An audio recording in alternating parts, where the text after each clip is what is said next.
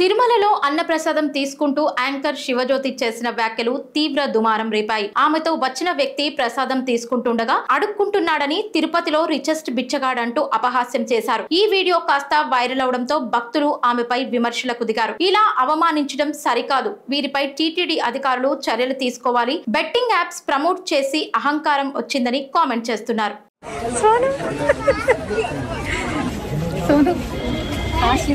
జీవితంలో ఎప్పుడు అడుక్కోలేదు, first time అడుక్కున్నాను. దర్శనం ఇది మొత్తం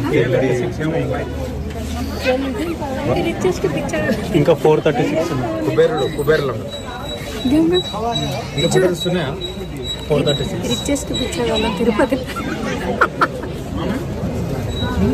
కానీ అడుక్కున్నా కానీ బాగుంది గైస్. ప్రసాదం పడుకుంటుండే ఫ్రెండ్స్.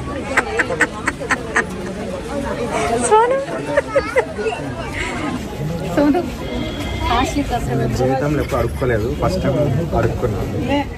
దర్శనం ఇది మొత్తం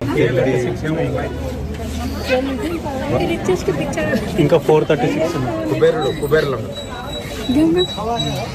ఉన్నాయా 436 తిరుపతి